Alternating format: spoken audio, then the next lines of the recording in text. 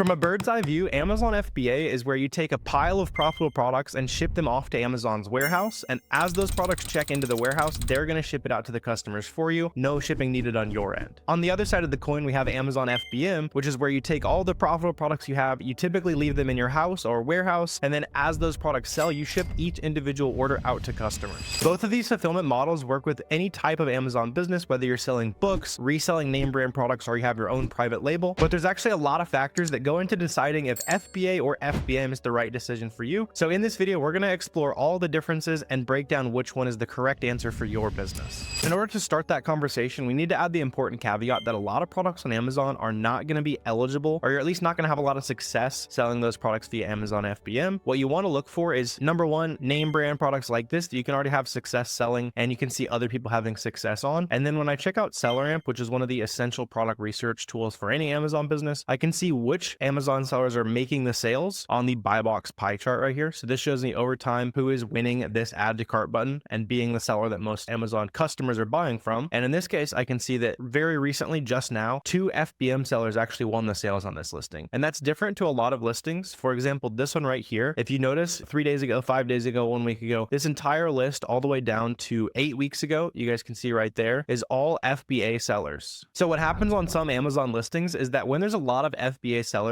Amazon knows that they can trust their own fulfillment services. That's how you get that Amazon Prime badge, just by shipping it into Amazon FBA's warehouse. And Amazon's buy box algorithm, which decides which seller gets the next sale, essentially, it tends to prioritize the FBA sellers on that listing because they're almost always guaranteed 1 to 2 day shipping, versus even a fast FBM seller is probably going to take 3 to 5 days for that item to get to the customer. When you're deciding FBA versus FBM, if your product has no other Amazon sellers on it, if you're making your own product, or if you see lots of sellers having success getting FBM sales on SellerAmp, like we did on that first example, then you know you're good to proceed and you can consider FBM. If the item you're considering selling is only seeing sales to FBA sellers, I would highly suggest you just send it into Amazon FBA. You're probably not going to have much success making FBM sales. But with that caveat, there's still a ton of products that are eligible for you to FBM and FBA. So let's keep breaking down the conversation. And that next important part of the conversation is definitely down to cost, which I know all of us as business owners should be very concerned with. For FBA shipments, you're typically going to take that pile of profitable inventory that you've already sourced. If you don't know how to source profitable piles of inventory, there's tons of great videos on the channel that show you how to source a bunch of profitable items. But you're going to take those profitable items and you're going to put them down into boxes of up to 50 pounds at a time. Later in this video, I'll show you the exact step-by-step process of actually getting these products shipped into Amazon FBA. But in terms of the cost discussion, it's usually going to cost about 60 to 90 cents per pound to ship to Amazon FBA. And it's going to be higher on that sliding scale if your boxes are generally a little bit lighter, meaning you're sending lots of smaller FBA shipments. Also keep in mind that as you're sourcing profitable items, you can include this average cost per pound in your sourcing decisions, which I've done on my SellerAmp settings. I'm able to include about that 60 cent per pound average that I typically pay.